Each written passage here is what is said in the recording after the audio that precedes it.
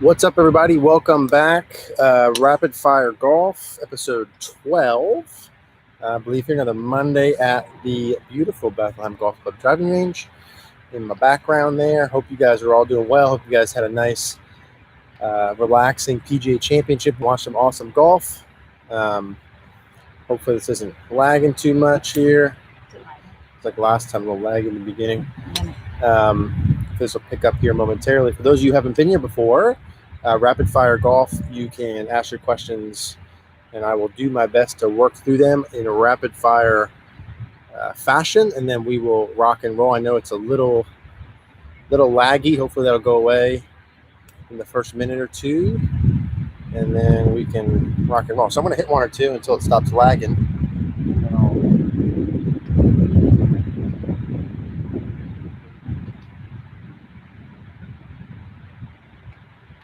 The audio is good.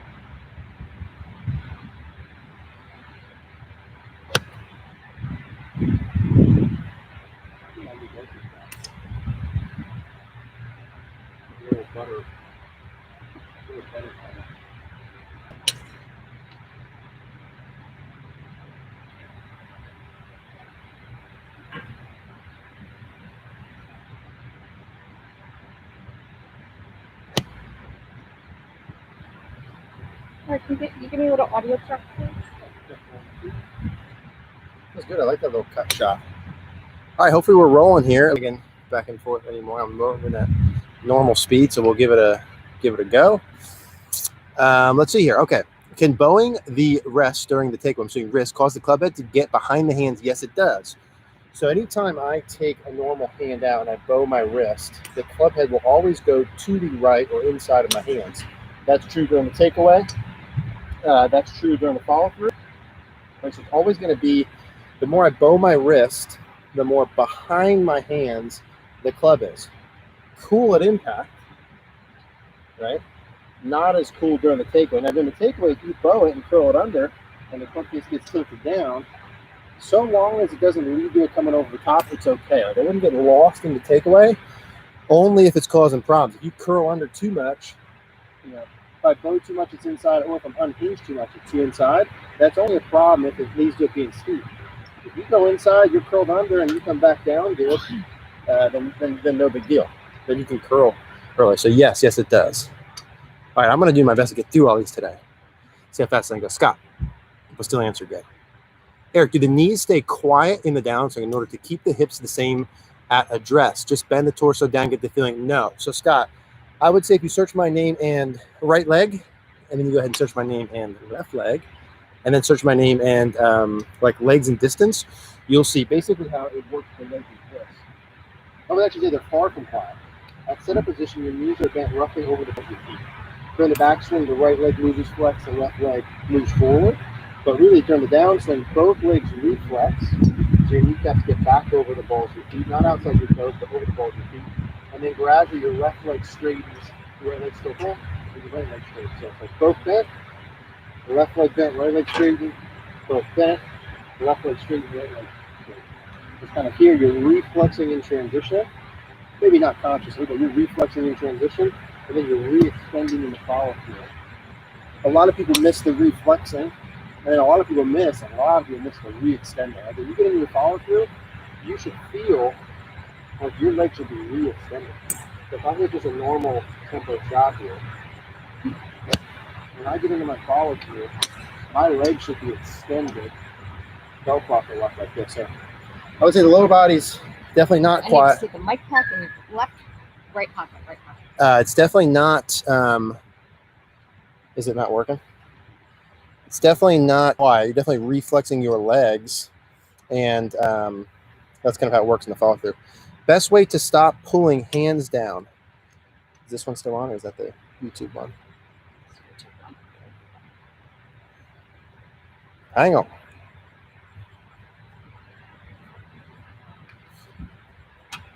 They can hear you through the computer. They can hear you through this. Okay, it's on mute. Is it? Yeah. That's what? Okay. So the best way to stop pulling your hands down is to push them up and back. George Gankus has some cool drills where you put the stick on the shoulders, etc. But really any of the videos we did with the X Factor or things like that.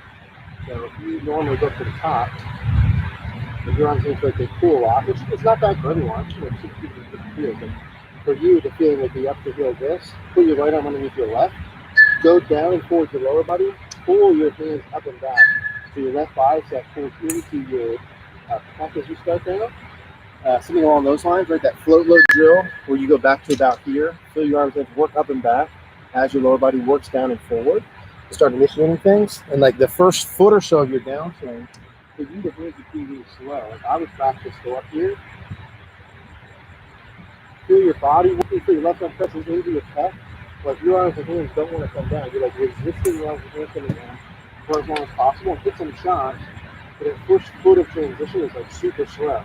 So up here, you really resist those to come down and then throw them at the bottom. So like the hands in transition would be extra slow. They're coming down. Still fuzzy. They're coming down because your arms and hand, or because your body's moving. But you'd feel like your arms and hands kind of push up and back as you're doing that. And then that first foot of transition, it would go like super duper slow. Jamie, what bounce and grind do you prefer wedge zone shots? I don't really prefer any. I think it's so different per player. And I've seen so many different things work. I've seen the like, hey, this is what should make sense on paper. And then you go get fitted and tested and it's like completely different. So I would go get fit with someone in person and see what ends up. And I think there's a lot of different variations you could make work, but certainly a good fitter would help with that.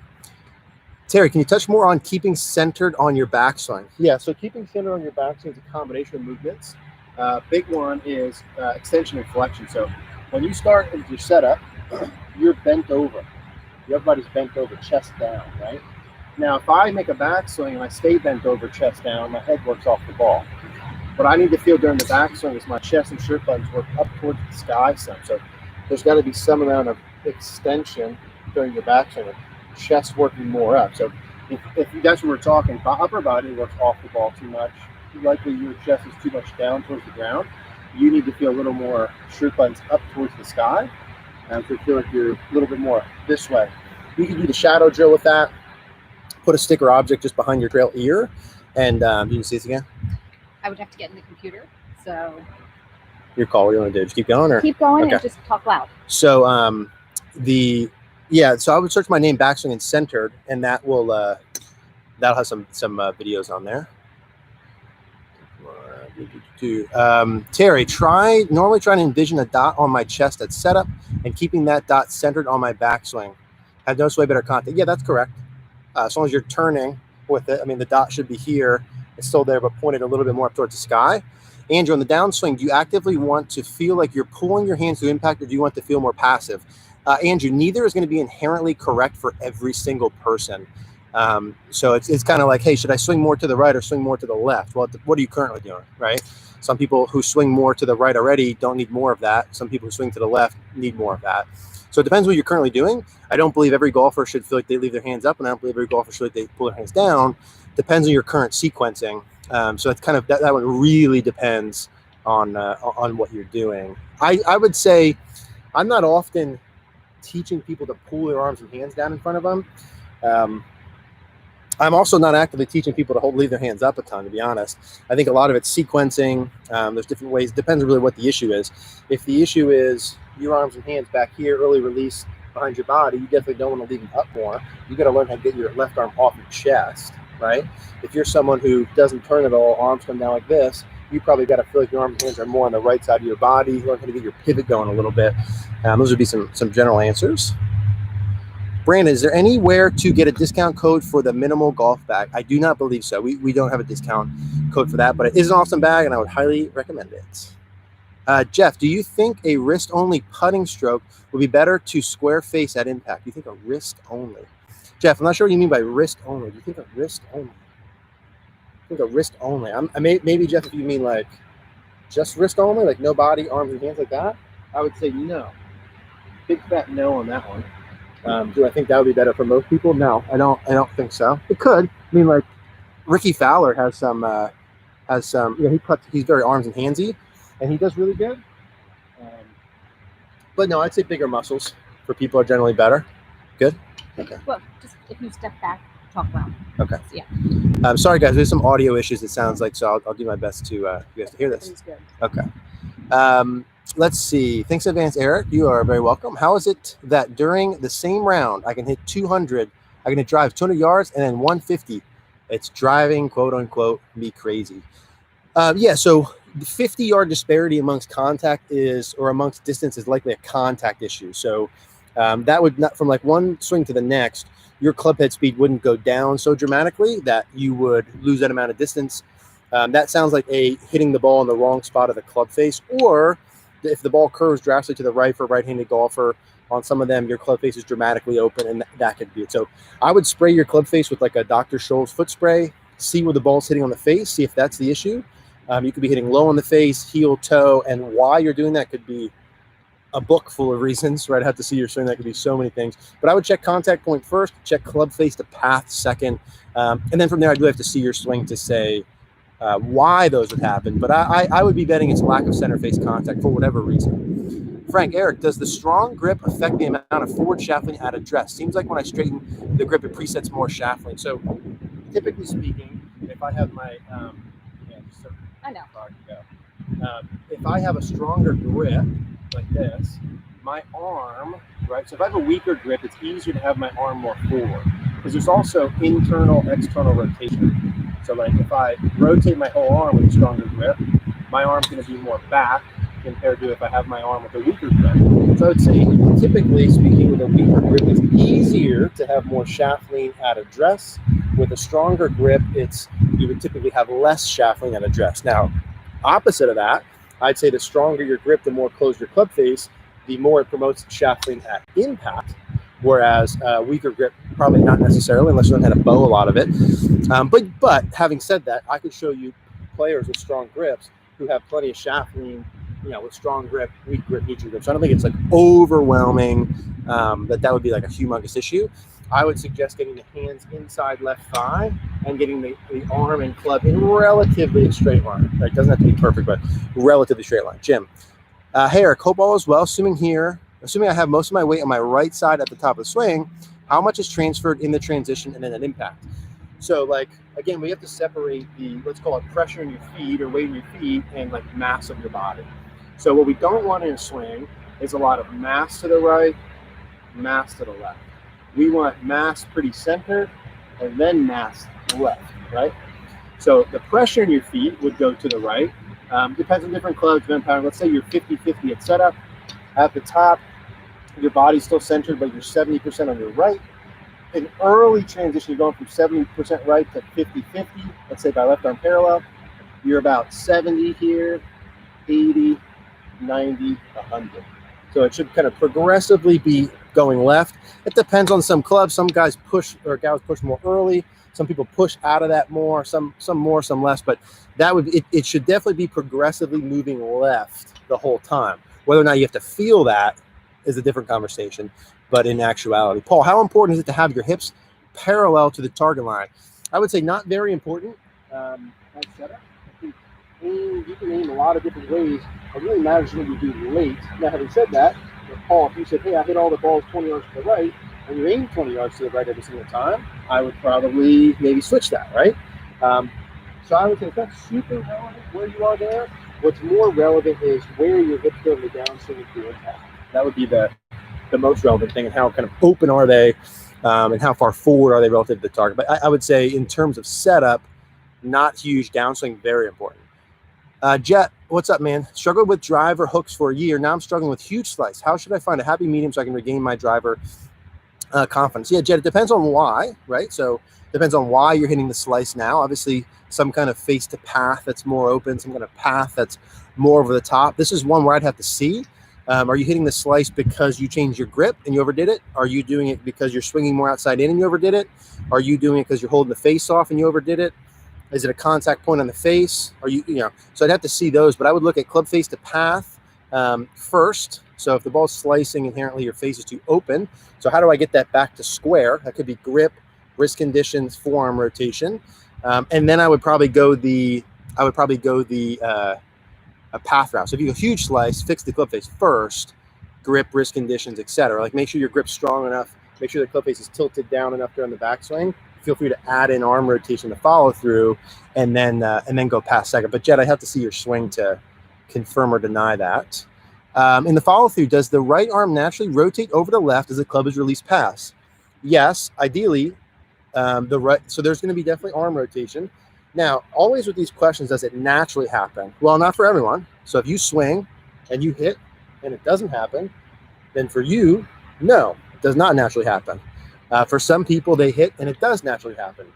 I think kind of what you mean is that should it happen? And the answer is yes. There's definitely going to be arm rotation. So your right arm is going to be underneath your left for a certain period of time, and then it's going to go over your left. Just like during the backswing, your right arm goes under your left arm goes over, right? So it looks like this on the way back. It's going to look like this on the way through, right? Natural folding of your lead arm. If you're a right-handed golfer and you struggle with hitting balls to the right, it's always one of the funniest things, like in my time in golf, so many golfers, right-handed golfers, miss to the right, and so many right-handed golfers that miss to the right are afraid of using their hands. And they want to have this passive swing, and they don't want to be active with your hands, when, like, if you learn how to use your arms and hands, flip the hell out of it, rotate it a lot, curve ball to the left, and learn how to use your hands too much to where you curve it left would fix the majority of the problems, but it's like seen as incorrect. So rotating your arms perfectly fine. Could be suggested. If you slice the ball to the right or miss to the right, I would say it is suggested. I would always check grip and wrist conditions as well. Eric, let's see. I'm having push issues. Let's see here. Having push issues, but only with my driver. Irons, hybrids, fairway woods all tend to draw. Any tips on ideas on what could cause this or how to fix? So the one issue with the driver compared to the hybrid irons, etc., is the ball goes from on the ground to up in the air on the tee. And what that changes is angle of attack. So if you swung a club on a perfect circle around your body, and with all those other clubs, the ball's on the ground. So the ball's on the ground, you hit down on it, right? Hit down on the ball. That always kicks your path more to the right. Always kicks your path more to the right. Now, when you put a ball on a tee with your driver and you start to hit up on the ball, that makes your path go more to the left, all else equal. You think about your swing circle, you hit down on it, it's earlier on the arc, it's more to the right. You hit up on it, it's later to the arc, more to the left. So likely you have an angle of attack thing causing that. What to do to fix that? You could play around with ball position. You could play around with angle of attack, not hitting up as much or hitting down, or checking that on a TrackMan, seeing what your actual angle of attack and path numbers are. But all else equal, if the ball straight pushes with no curve, you could kick your swing direction more to the right to make it draw back. You could aim a little left, right? You could, it depends what kind of ball flight pattern. If you do want to draw it, assuming you want to draw it, I would potentially move the ball slightly farther back and swing more right. That would be my starting point. Without seeing and making a guess here, I would likely move the ball slightly farther back an inch or so, that you hit a little less down, swing more to the right. That would do more draw. If you wanted to just hit it straight, then there's different routes. But that's likely why that's happening. Let's see here. Dan, having trouble hearing you when you're not in your computer. Sorry about that. Mark, swinging too fast. What part of my body should move first? So frustrating. Topping, shanking, many things. Swinging too fast. So, Mark, in terms of fixing that solution, the fast part, you would go on YouTube, search my name and tempo, and I run through a progression of tempo drill for you to learn how to neutralize your tempo. Basically, what you should feel when you're swinging, if you swing too fast, is your arms and hands should feel a little softer, and you should feel as though the club head's working back and through at one tempo. Like you're not adding acceleration. You're working back and through with the club head at one constant tempo. Search my name and tempo. And the second part, topping, shanking, that could be a myriad of issues, Mark. I really have to see your swing. Could be ball position, setup, downswing, swing direction, grip. I mean, there's a lot that could cause that. So I'd say, Mark, hop on to CogornoGolf.com, sign up, post your swinging, or find a coach to work with where you could see that part. But in terms of the tempo, that part should help. I just have to see. There's just so many reasons why you could do it that I really can't make a guess. Paul, what's going on? Following for a while now. Fantastic. Thank you. Appreciate that, Paul. Alan, thoughts on hitting mats versus grass? I think no different. I think a lot of people blame, hey, I can hit better on mats than grass, and blame that when I don't think that's a valid thing. I think if you hit better on mats than grass, then you have contact issues inherently, right? I hit the same off mat, grass, dirt, concrete, pavement, whatever, because I strike ball first, ground second. So if you're someone who hits better on mat, you likely hit the ball too fat, or you have contact issues, right? And so you need to learn how to improve your strike either way, regardless of surface. So when we would teach or coach, we're often on mats, just for the ease of like not having to move, etc. But like when I was growing up, I would practice. I always grew up just on course, hitting balls on course. Always with anything, golf or not, I'd rather practice and play in the environment close to where it counts. In any sport I've ever played on. So I would, the more you can get on grass and on course, the better. But if you can't hit a ball solid on a mat, it's not the mat's fault, right? The mat is fine. Okay, Dan. Sorry about that. Who's your go-to instructor on YouTube for putting? So we've done some putting videos with David Orr. We did some putting videos with Preston Combs. I think that's it. They're both awesome. The short game guy that I learned the most from would be James Seekman. And that would be putting, chipping, bunkers, etc. James Seekman was probably the best short game guy that I've ever, not personally really spent time with, but learned from. So putting, David Orr's a good guy. Preston Combs is really good. So I'd say both of those. We have a putting practice master plan and chipping practice master plan coming out, I think, on Wednesday.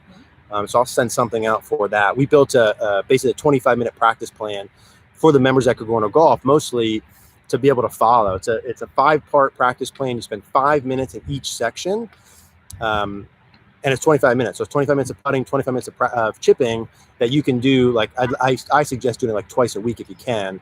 But it's quick, 25 minutes in and out, 5 minutes, set the timer on your phone, do station 1, station 2, station 3, station 4, station 5, over and over, hits all the areas of all of them. But in terms of putting, if you're struggling with like start line, contact, etc., then you want to have someone look at your stroke and see if there's any mechanical issues or whatever else it is. Simplest way to swing if you have no time to practice. Yeah, there's no solution to that.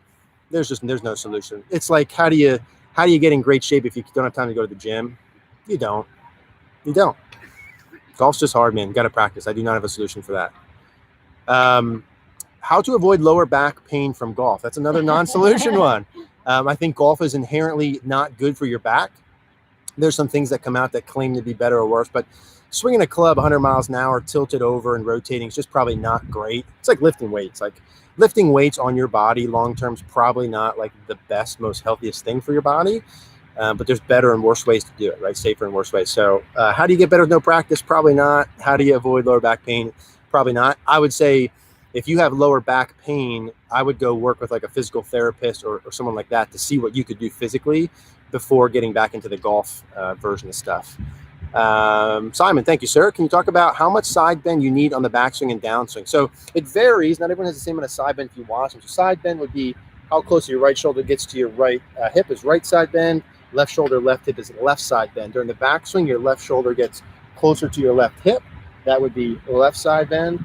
On the downswing, your right shoulder gets closer to your right hip or right side bend. We as coaches usually always just say parallel or perpendicular to your spine line is like a stock thing. So when I make a backswing, if my, let's say I'm bent over 30 degrees, so this is like my virtual spine angle. When I go back, I want to tilt my shoulders roughly 90 degrees to that line. If it's a curved line, but in reality, we're looking at a straight line. I want to do this about 90 degrees to there. Same thing on my way down, about 90 degrees to there. So if I go back, my shoulder's not like down at the ball. It's outside the ball quite a bit. We did a video on shoulder turn and how much to do it. I think it was like 3 backswing keys or powerful something. It was inside. It was an inside infinity video. But that's I would say 90 degrees to your back line would be like a safe thing. Like if you got to there, that wouldn't like cause you problems. Let's see. Rolling during release and hitting a ton of hooks. Working on getting your passive release. Yes, I would say for passive release, you'd want to look at the video with Ben Pelicani, which is the window to success, which is keeping your right arm underneath your left from face on. See that gap between my arms there in my release? That's what you would want to feel. You want to feel, if you're rolling it too much on your follow through, the leading edge of the club here is on the same angle as my spine line.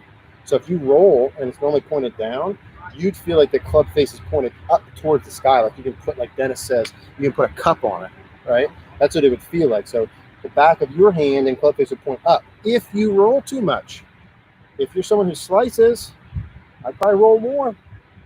I'd go like this. I'd get the club face tilted down. I'd hook it left. And then when you can hook it left and shoot really good scores, then I take some off with that. You likely would feel your trail arm more across your chest in the follow through.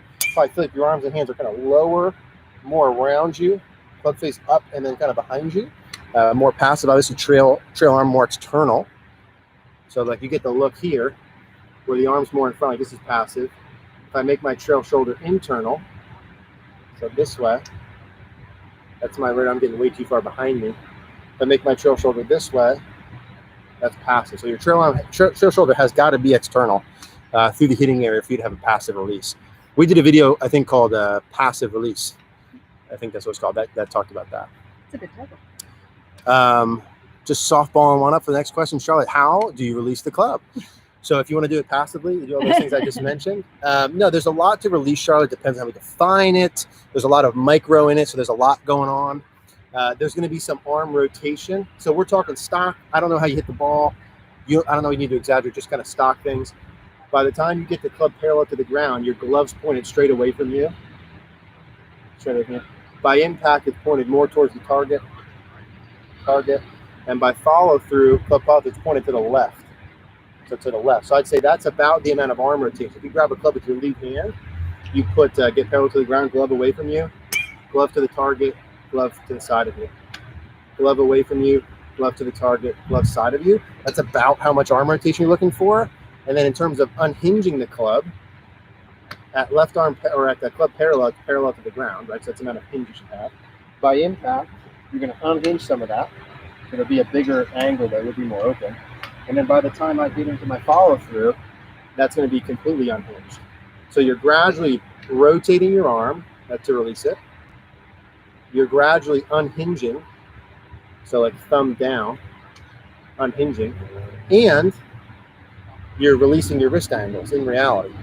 So your left wrist is going from flat, cupped. Your right wrist is going from bent back, thrown. So you're kind of taking the club and you're throwing it, but you're throwing it out here, right? With arm rotation unhinging. It's kind of complicated. Now, if you're someone who throws it too early back here, you need to feel like you hold on. You know, you don't throw it forever, the field. But that's kind of a literal answer there. Sweating bullets. Mark, swinging too fast. Eric, please help. Mark, search my name in tempo, and I do a practice routine with an 8-iron where you hit with full swings from very short distances to very long. I would suggest you do that 2 to 3 times a week for the next 12 months, and I would bet you do not have a tempo issue anymore. That's the real solution to your problem. The short-term fix your problem right now is looser grip, feel the club head working back and through at the same tempo, and when you hit a ball, don't add any acceleration, right? That's the short-term. Feel it go back and so I'll hit one, you'll be able to hear me. But in terms of you doing this, you want to feel like I don't add speed, right? I'm swinging the club back and through with the same exact tempo. Hands are soft. Back and through with the same exact tempo. In terms of training it in, do that. Search that tempo video and do that. Do that to a T. Andrew, when the crisis is over, will you play in a leading training courses? I probably will not. But we'll see. We don't have any international travel planned at this point. It's unlikely, but you never know. How do you stop hitting off the toe? Dave, it depends on why. A lot of hitting off the toe happens because the shaft angle gets too vertical up and down at impact. So you have to have a lower shaft angle, more angle between your arm and club. If you search my name and most important swing plane in golf, that'll talk about that. You may also hit off the toe because your arms flex too much in the follow through. So the butt of the club gets a little bit closer to you. You might need more extension of your arms and hands. That's a likely toe issue. So I would say feeling your arms more extended and feeling the angle, the angle of your club through impact is lower this way. So lower this way the angle and more extended, more width into the follow through. I would check those two parts first, and if that doesn't fix it, you could send your swing in or find a coach to work with. But I would say those would be the first two. George, how would you coach a thick guy with short arms? Probably keep the club more in front. So typically the thicker chest, you can't have your lead arm in as much, so you won't have as much depth. So you'll likely have the arms a little bit more in front of you. So what you need to do is get the shaft more laid down. So your shaft angle during your backswing needs to be more kind of laid off. Because if you're too steep with your shaft in front of you, you're not going to have time to shallow it. You're going to have to stand up to shallow or do something late to shallow at wrist angles. So you want to feel your arms and hands working more up, kind of more lift. So very little depth, but you got to add a little arm rotation, thumbs up and back. You got to add a little arm rotation to get the club kind of more on plane laid off, and then you can hit down from there. So more straight back, less depth if you're thicker, and then shaft more on plane, less kind of vertical. Steve, club face isn't open in the backswing or at P6, but coming into impact feels like I hold the face off, resulting in thins and pushes. My club face isn't open in the backswing or at P6, but coming into impact, I feel like I hold the face off, resulting in, yeah. So I'd say, Steve, I mean, don't hold the face off, right? So like, let the face go. You know, so if it's good on the way back and it's good on the way down, I don't know if I'm assuming you're not actively holding it off. You're saying like, hey, I'm not trying to hold it off, but it feels like I'm holding it off. Well, then I would just feel the opposite. When in doubt and you have an issue, not sure how to do it, feel the opposite and exaggerate. So I would feel like, what's the opposite of holding off would be letting it rip. And so I would let it throw then a lot more. Now, is that going to fix your issues? I've got no idea, right? I don't know. I got to see your swing to see why do you have thins, why the pushes, etc. Is it because you're holding off? Is it a grip, wrist angle issue, ball position, aim, shoulder tilt, etc.? So I need to see your swing, Steve. But in terms of that exact thing, I would then not hold it off, right? I would let it throw more. Jeff, best way to increase your angle of attack with irons, more hinge. So more hinge would be one. Getting your lead shoulder, lead hip more down and forward, I get my head, shoulder, knee, hip on the left side, more down and forward. Make sure I have adequate hinge. And if that doesn't solve it, you add an object behind the ball, like the towel behind the ball, something you got to hit over. But lead shoulder, lead knee, upper body working down and forward with enough hinge would be the starting points. Any advice to reduce or eliminate swing thoughts? Yeah, I would say sufficient amount of practice would be one. Making sure when you practice, you are, I lost my thought here. Oh, okay. Yeah, when you're doing practice, you should be doing practice in the format we suggest, which is 20 balls, wedge warm-up and distance control, 20 balls mechanics, 20 balls iron grid, 20 balls driver grid. When you do iron grid and driver grid, you should be finding one of the fields, turning swing thoughts into a feel, and finding one that gives you the ball flight pattern when you're doing your grid. So that's the real answer. You should be doing grids multiple, every single time you practice, right? Ideally multiple days per week. I think it's okay to have a swing thought. I think the notion of going to play golf with no swing thoughts is foolish for many people. It's unrealistic. I think having a swing thought or two is perfectly fine. I shot 64 with random swing thoughts many a times. So it's not inherently that like a swing thought's bad. You need to make sure the swing thought you have produces the results you want. And finding what that swing thought is, I would say would be in doing the grids. The grids is where a lot of the magic happens. We have the grids. You're going to have to go to cornergolf.com for that because I think our video on YouTube's off. So that is a literal only there thing. So grids, I would say grids, pre-shot, good pre-shot routines, but then grids, and then sufficient time on course. If you hit balls in the range twice a week and play once every other week or something like that, you're going to have swing thoughts. You're not playing enough to be able to transfer it. Like you have to play as much as you hit balls if you want the on-course swing thoughts to mimic anything like the range. That's a classic mistake, right? It's like I hit balls 3 days a week. I play once a week. Why can't I transfer my range to the course? Because you're doing it 3 times a week. And you're only doing the other one once a week, right? It's like if I learned how to speak French 3 days a week, speak Spanish 1 day a week, I'd be better at French because I do it more. So that's a big issue too in terms of like finding swing thoughts and transfer it to the golf course. Let's see, how much shuffling should there be before you hit the ball? I would say hands over left leg or the left shoe with a ball position that's about underneath my left ear. This would be about sufficient shaft length. So the lead arm's in front of the shaft, hands are over the left leg. That'd be about a sufficient amount of shaft length. Let's see, Henry, any tips for taking the tension out of your golf swing so it's like a practice swing? Not really. I think it's I think a practice swing and real swing should inherently be different.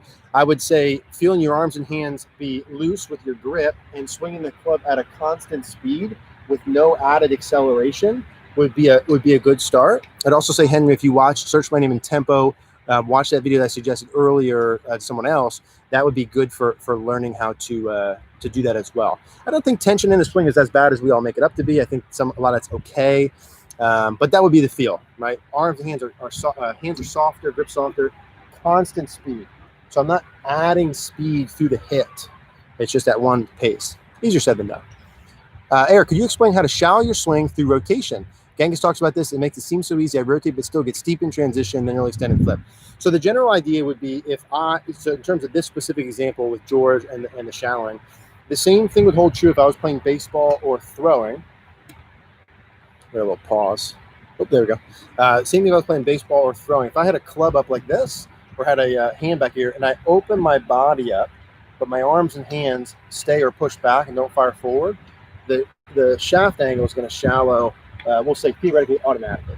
If I'm playing baseball in here, my left bicep adducts into my chest, my bicep pushes into my pec.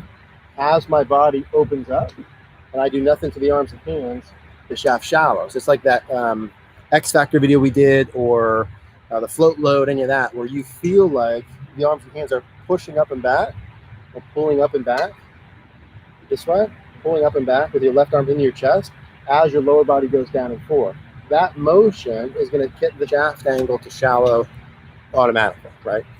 So that's what that is. If you put like no external force in the shaft and just did your body much, if I was throwing the ball, the same thing right here, like this, my arms and hands are going back as my body opens. That change of direction, that stretch shorten, is really what does the shallowing. That lead arm pressing into the chest as you open up. If you're not pulling on the shaft, that's why he talks about that so much.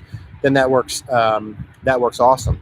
You can manually shallow the shaft with different drills. Been doing it for a bazillion years. Like that 10-4 station or sticks in the ground, things like that. Might not be as sexy, but it works equally as effective. And learn to turn slices into hooks. So I would say the 10-4 sticks in the ground drill is really good for it. Like learning how to have the stick angle behind you and in front of you, and get the club head swinging under the back stick and over the front stick. But in terms of the rotation piece in your question, that's kind of how that works. Hopefully that helps explain it. Ken, if you lift the left foot in the backswing, in transition, does the left foot replant where it started, opens more? I hear it replants closed. Yeah, so it's different, Ken, right? So like not everyone does the same. Someone posted a picture of, someone on Instagram posted a picture of like 3 different players, and they replant it closed, like Matthew Wolf, right? So when they go back, their left heel lifts up, and then it replants closer to the target. So here's this, replants closer to the target. Now, some people I see pick up and don't replant closer to the target. So not every single player I've ever seen replants it closer to the target. Not every player replants it farther. Some players have the heel come up like this, and then as they start back down, that's replanting and twisting, right? So I think there's different variations to it. I haven't seen everyone do one particular way. I think there's different ways, but definitely a lot of the long hitters replant that, keep the lead leg a little more internal, and seem to get some speed out of that. Greg, how should I tee up the ball for driver versus iron? I'd say driver, the old adage of half the ball above the club, half the ball below is good. And with the irons, I'd tee it up off the ground about as low as you can get away with, where you still get an advantage for the tee height. If you tee the ball too high, oftentimes hit the ball too high on the face, you lose distance. You do want to tee the ball up and get rid of the interaction with the turf behind it, have nothing behind it. But I would say you tee it up as small as you can get away with, where it's still above the ground. Still the same audio stuff, Mare? Yes. So tee the ball. What ball do you play? I play a random mix of balls. Pro V1Xs is what I would play if I had to go buy a ball or play a tournament. That's what I basically played my whole life. But I've mixed in different variations of all kind of balls. I like the Pro V1Xs in terms of golf balls I played with, based on how they react around the greens. Let's see. Ty, how does coming over the top affect contact with woods and driver? Is it different? So the more you come over the top, right, this way, also the more down your angle of attack is going to be. So the more down you hit on the ball. So with like a short iron, if there's the ball right ground, with a short iron you hit down the most. Could be 5, 6, 7, 8, 9 degrees. With a longer iron or fairway wood, you want to hit down very little, right? So let's say fairway wood, you hit down like 1 degree. It's almost level. And then with driver, you hit up. So as the clubs get longer, you should hit less down. But when you swing over the top, you're hitting down, right? So that's why it doesn't work with those. There's not enough loft the way the clubs are designed. You need a lot of speed the more you hit down with little loft to get the ball to travel high enough and far enough. Also, when you swing over the top and you swing down too much on the ball, very small, narrow low point. So the idea is to have like a wide bottom of the arc, like a Steve Stricker, right? Good shaft lean, but nice shallow angle approach. More this way versus me swinging this way, right? And so that's more or less why that's an issue with the longer clubs versus the shorter ones. Shorter ones you have more loft to get away with. It's not that big of a deal. Let's see, choke down on club or shorten backswing to adjust distance control. So we did some videos, Lee, on, I think it's how to hit your wedges and short irons closer to the hole. And what I would suggest is with each iron, like each iron in my bag, I have 1 club less and 2 clubs less, meaning let's say my 7 iron, I hit 175. I built in a shoulder to shoulder swing. I feel like my hands go shoulder to shoulder, and that goes 1 club less, 165. And then I go chest to chest, and that goes 2 clubs less, 155. So each iron I have in the bag, I have that same thing. For the shoulder to shoulder, I grip down 1 inch, roughly, or kind of one little space there, 1 inch. Shoulder, shoulder, that takes about 1 club off for me. 2 inches, or kind of 2 little things here, and chest to chest takes off 2 clubs. So I would build that in at least with your wedges and short irons up to about 7 iron. So it's way easier to hit greens, especially when you're off, to flight the ball, to control your distance. So when I go and play and I have a full swing and I don't play well, it doesn't cost me for 18 holes because I can just take 1 club or 2 clubs more, grip up, and hit 3/4 shots to the middle of the green. I'm not afraid to do that. And that's why a lot of the guys you see on TV this weekend, like you can hit middle of the greens like that. So if you search wedges, short irons, hit the ball close to the hole, you'll see that video, Lee. That should help on that. So I'd say both. John, need help with chunking pitches, not consistent, a killer after a good drive. So it could be a couple things, John. I'm not sure how well you're going to be able to hear this, but chunking your pitch shots could be a bunch of things. I would say a couple of things to start off with would be, and really the answer to this is like, if you search my name in wedges, there's probably a good 2 hours worth of YouTube videos to watch. If that doesn't fix it and there's inherently a mechanical problem, you need to send me your swing or work with a coach to find out why. But chunking pitches could be several things. You got to check the setup fundamentals. Hey, is the ball position neutral? Is my shaft lane neutral? Are my shoulders not too tilted? You could be chunking them just because your shoulders are too tilted back. I would make sure you don't have too much weight on your back foot. From the down the line angle, you want to check swing plane. A lot of times chunking can come from too far inside, or too far outside, too steep. You'd like to have that club head ride and basically right up the plane it started with. And then, of course, you got to look at release pattern. I mean, learn how to use the balance. There's a lot of things there. If I could see your video of your chipping, it's likely something simple. But there's some of those things. So if you watch the videos and that doesn't find figured out, John, then send me a Eric Cogorno Golf, send in the video, and then we can tell you what that is. Left knee's collapsing so much to the right. Hips are turning as much as my shoulders. For the life of me, I can't feel loaded unless I do that. Suggestions. Yeah, I have to, so it depends on when you're saying left knee into the right, how much in is it going? It's okay to have your left knee go in some amount. If you're trying to fix that, you'd want to feel your left knee work more straight down as your trail leg lengthens and your belt buckle turns. As a stock model with your backswing, you're looking for about 45 degrees of hip turn. Perhaps you're overdoing that. Do you need more turn? Do you need less turn? What other things is that affecting? I have to kind of see some of those things. But I would say you would feel your left knee working more down and in would be my suggestion if you're looking to fix that problem. Is that a problem in the first place? No. I mean, there's a lot of great players whose lead knee went in quite a bit, right? So I don't know that it is a problem, but that's what you would feel to fix that. Keep blading my wedges on approach shots within 100 over the green. Good news, bad news, Steve. Good news, I could fix it if I could see it. Bad news, I'd have to see it to see why it's happened. I say the same thing back there, Steve. Could be setup. Could be why are you blading wedges. You could have the ball too forward. You could have the ball too back. I could have too much weight on my right side. I might shift too much weight on my right side and be back here. You might be too far forward and too far steep. Swing plane could be off. Yeah, I don't know if it's like me today or there's a lot of things that I need to see the videos for. So yeah, Steve, I can't give an answer on that. Just it so depends. Because I'd love to be able to say, Steve, like, all right, hey, get your weight 60-40, get the handle forward, keep the weight here, and then push more forward and up, and that's going to solve all your problems. But you might be doing that too much already. So CogornoGolf.com is the solution for all of these things that I need to see. Any tips on stop pulling driver down from the top? Coming over the top, no matter how much I feel shallow in practice, swings in motion, I pull down. I would do the search my name and best drive I've ever seen with that 10-4 station.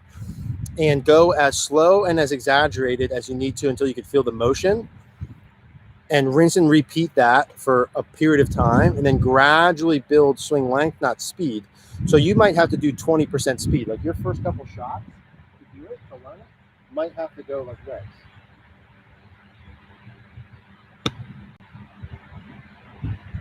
Right, so that was a full swing that went like 40 yards. So you might need to go at that pace to learn it, and then gradually keep that 20% pace, but just lengthen the swing length. So that's what I would do. I would do a station where you couldn't come over the top. Like put a stick behind you that you have to swing underneath you to hit the stick. I'd put an object in your way to help go slower and shorter, and then build your way up. What moves first in the backswing? Is it the arms, hands, shoulders, hips, all this? So I would say the chest and shoulders would be the primary motion controlling the first about foot. So by the time I'm from setup to right thigh to about here, it's primarily chest and shoulders. Your chest and shoulders from setup to here rotate about 30 degrees on average.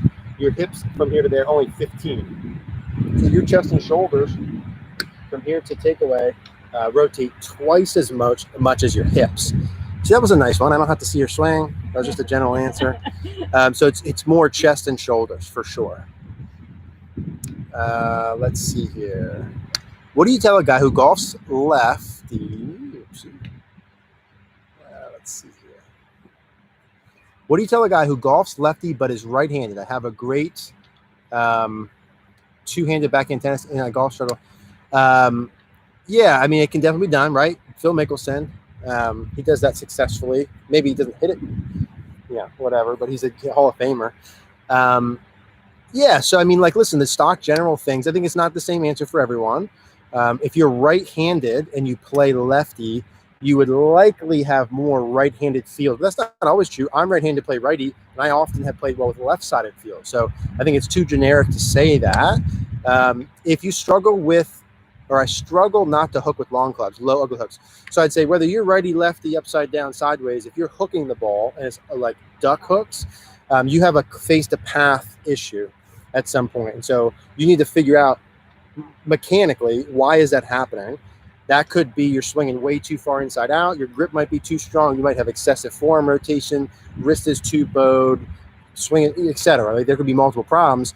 I would check my face to path first. So like that's grip, wrist conditions, form rotation. Then I'd check swing direction.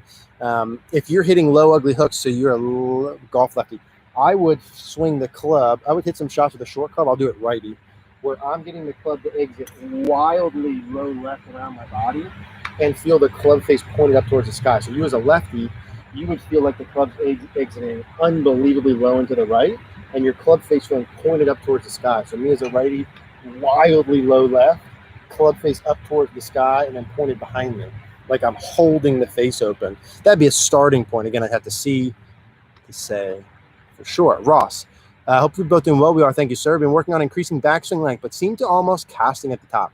What should I feel for first move down? Opposite and exaggerate. So if you're working on the backswing length and hitting the wall, right? So Ross, if you got the wall behind you that you're hitting that we did with Ben Pelicani, you'd want to feel like your first move as you start to work down would be the opposite motion of that. So your right elbows working underneath your left, as your left shoulder, left hip, and all that are working down and forward. You can search the hinge video we did with the hook, right? Put the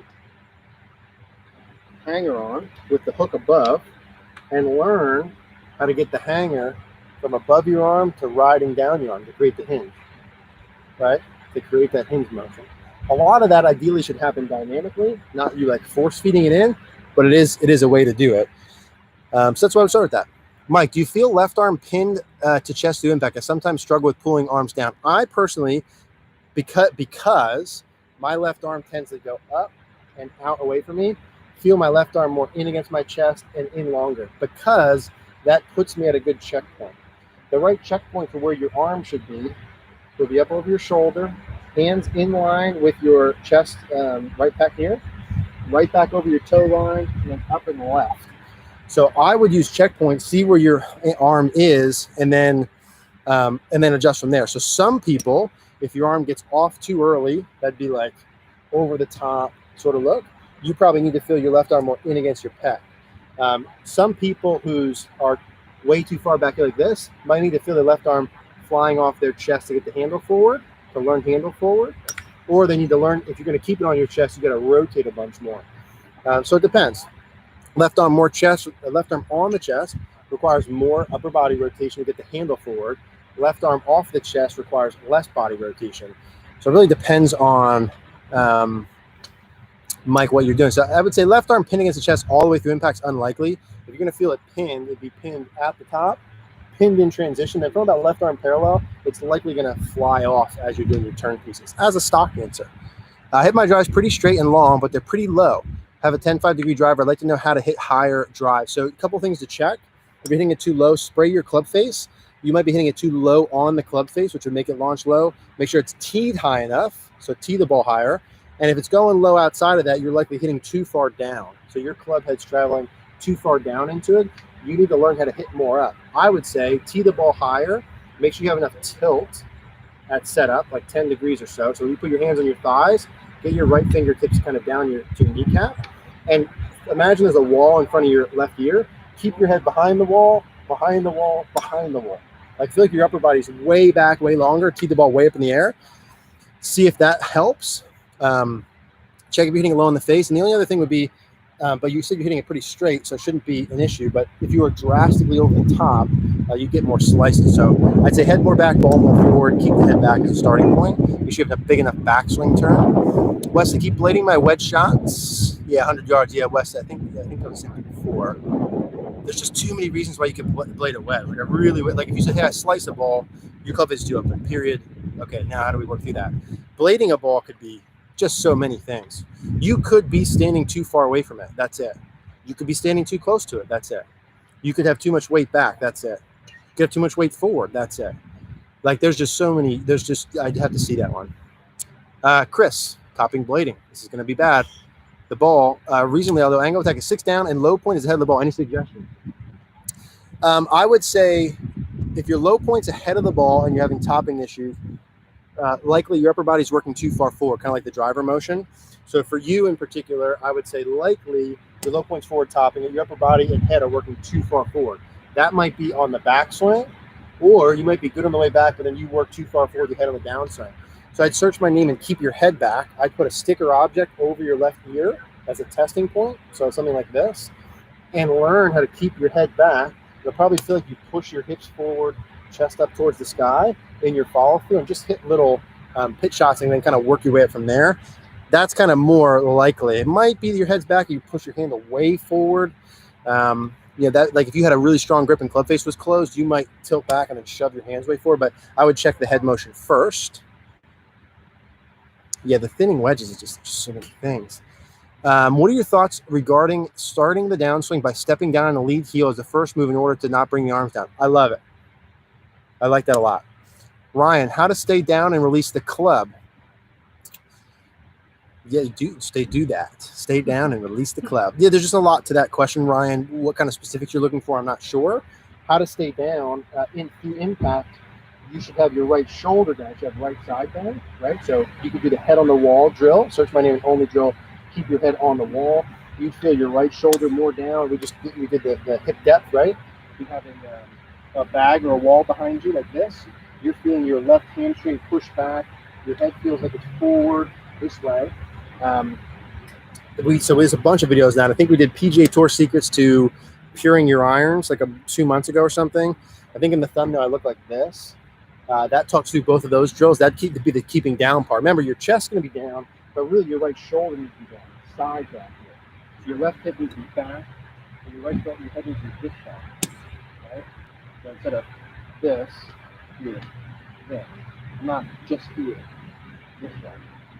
So that's kind of an important concept. And then the release is just, maybe watch earlier when I was kind of talking the release. The release is like, what are we talking about? What's your issue, right? Are you holding off too much, or are you releasing too much? Is the face too open, too closed? Where's your low point? So that's probably a bigger thing that we can do here to dive into specifics. Brian, where can I get info on process to have you read my swing?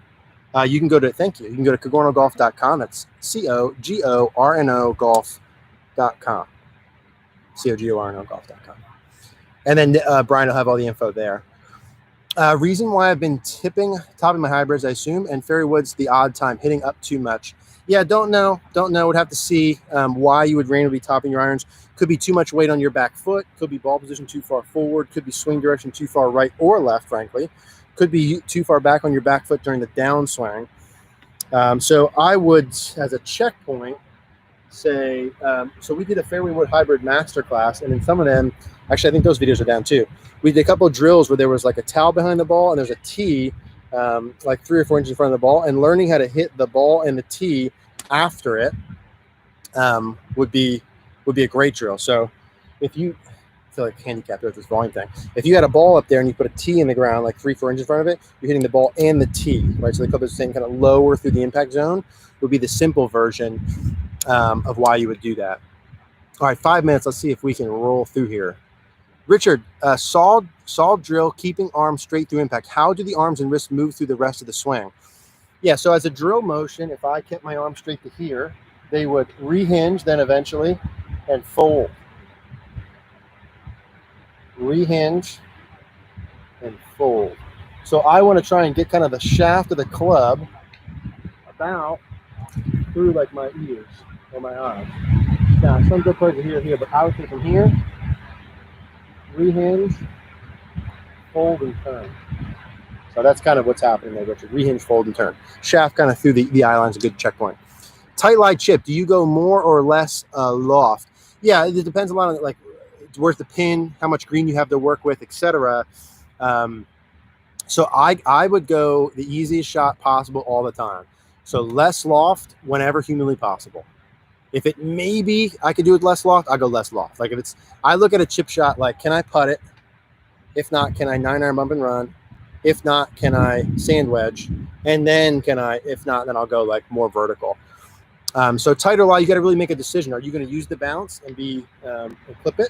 Are you going to go more ball back, face more closed? You could on tighter lies, you definitely get a lot closer to the ball. Get the ball a little more on the toe, stand the shaft up, and hit a little bit more kind of long putt style. So get it super vertical here like this, and learn how to clip it like that. If you just get it just a smidge on the toe like that, usually the spin there is pretty good. So you both of them. I would go low loft whenever possible. Like if you can bump and run it, bump and run it. Let's see. Is it possible to single online lesson or swing analysis from you? I know you give players feedback in your Facebook group, but as a student, I can't afford your membership. The answer is no to that. And unfortunately, the single online lesson would be way more expensive. So we charge $49 a month. I don't do single online things anymore. It'd be $200 to $300 per session, to be honest with you, if it was. So unfortunately not. $49 is kind of it's kind of as cheap as we can go. Mic isn't working. We can only hear. Sorry about that. Let's see. Do you think swing analyzer apps, 18 birdies, are dependable for fixing swing issues? Honestly, I don't know. I've never used 18 birdies, so I can't even say. If I do try it, I would be glad to kind of review and report back. But I've never had it. I mean, I think at the end of the day, there's technology that's going to be great, and I'm sure it'll improve over time. But having a set of eyes look at your swing and learning and understanding like human emotion and what it's like to play golf and communication and what different people need, I think is like a human skill that's going to be hard to replace. I think a machine could tell you, hey, you need to swing more inside out. Here's the drill. But like sometimes you need a person that when you do the drill and you suck that day and you're like complaining about it, you need a human to talk to and like work through like, hey, this is normal. This is what you're supposed to see. These are the progressions. Been there, done that. You know, like some of that interaction I think is what's important. And so I'll have to try it. I don't know. Hole 19 is I guess it's an app, GPS, yep. Stat tracker, things along those lines. Watch your video, Steve. Do you mean to keep your arm straight through impact and into the follow through? Yes, you should. Like if you, in terms of practice to improve your skill, all of us should be able to hit a ball from left arm parallel to right arm parallel and continue to have the arm straight, the club to the right of us. So like we should all be able to hit punch shots, solid contact with that punch style. Arms are extended, club head to the right. So when I bring that back, the club head's to the right of me. When I come down to impact, that's shaft height, right? And so me being able to maintain those alignments in a practice, right? In a practice to train, a practice. We should all be able to do it. Yes. I feel like my long backswing, a lot of hinge makes it harder for me to shallow the club. Yes, 100%. If your backswing's too long and you have too much hinge, vertical shaft. You should learn to unhinge it, have the club much more online, and learn to keep that down. I would do it with a hanger, search my name and wrist hinge during the backswing. Keep the hook of the hanger above your forearm forever. Use video, exaggerate it. I think Dennis plays left and right-handed. Not sure. Oh, maybe from before. What's the top key for controlling distance on long putts? Hours and hours and hours of speed control practice. I could give you some things of, hey, same stroke length back and through, keep the tempo the same. That's all cool, but hours of speed control practice. Speed control putting is one of the things that I'm like, I don't have to practice anymore. I'm very good at it. I'm not good at a bunch of things. Speed control is one thing. I spent like an ungodly amount of time on a putting green practicing growing up. Like looking back upon the amount of time, it's unbelievable. So that's the short one. Jeff, you better not be the same guy who asked before about how do I get better without practicing.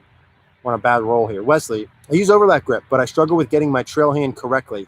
Any tips? Not really. I think maybe we can work through it, but I mean, getting your lead hand on there, so the grip would be something along these lines, heel pad on top, and overlap, right? And then interlock it, if that maybe you don't like that, or try baseball grip, but yeah, maybe have to work through with that, Wes. I don't really have anything off the top of my head for doing that. You know, I have to see what are you struggling with? Like, what's the issue with that? Any drills for getting trail right shoulder through? 100%. Search my name and right shoulder on YouTube. Have a lot of good videos in that. Michael, can you? So we're at 101. I'm gonna just roll through like 5 more.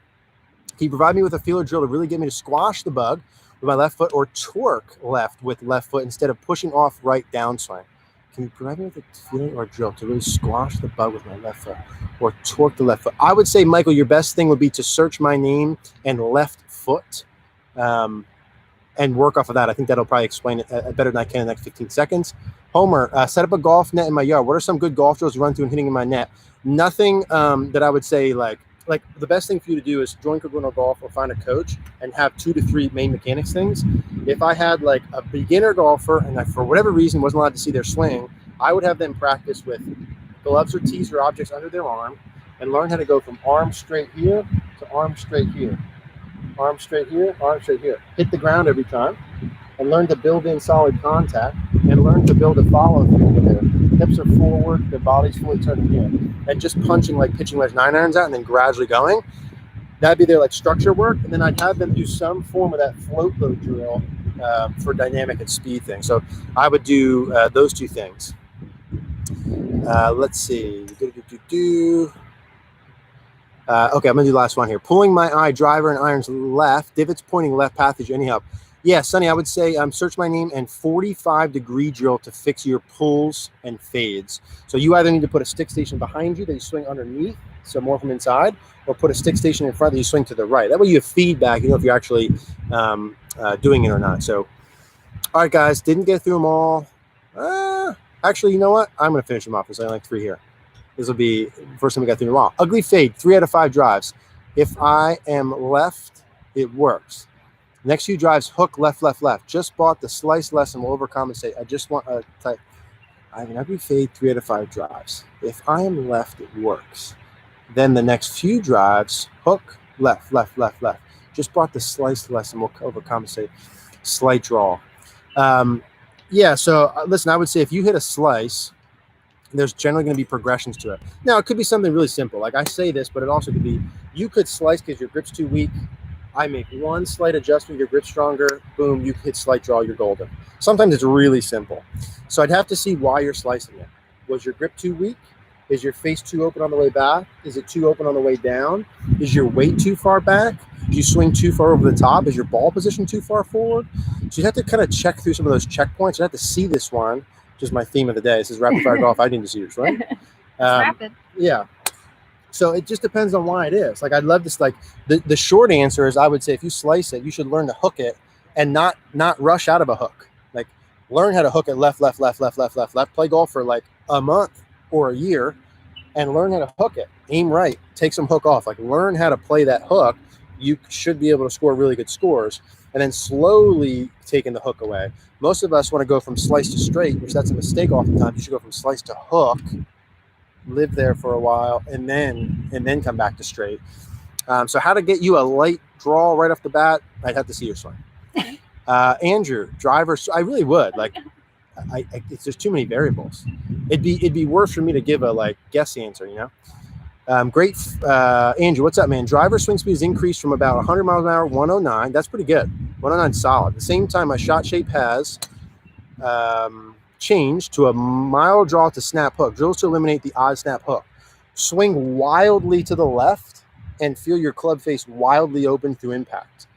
See what the ball flight does. If that goes straight, those are your feels.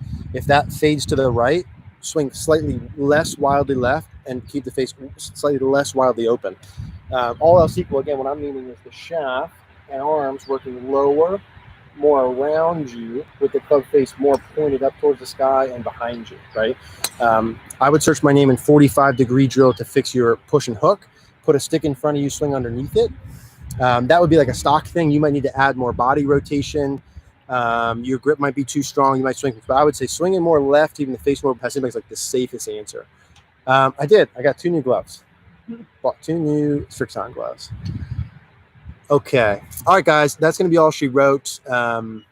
Sorry about I need to see your swings, but today, for some reason, I really would need to see your swings. I just don't want to give you, like, if you're thinning a wedge shot and me to say, keep your weight forward, and like, that could be what your problem is. Like, you might need the opposite. So oftentimes I do need to see it. Like I said, you guys are all invited and welcome to join CogornoGolf.com. It is only $49 a month. It's cheap as we can do it. Or find a good coach to work with. Right? I'd love it to be us, but I'd like it to be anyone. If you work with a coach, they should be able to tell you really quickly, hey, you thinned the ball because of this, and here's the plan to fix it. And even if you do that and find it and aren't able to fix it and come back and tell me, hey, all right, I'm supposed to fix it because my weight's too far back, then we could roll from there, right? If I knew what the issue was, we could roll faster. So we'll do this again next Monday. Hope all is well, and thank you guys for coming.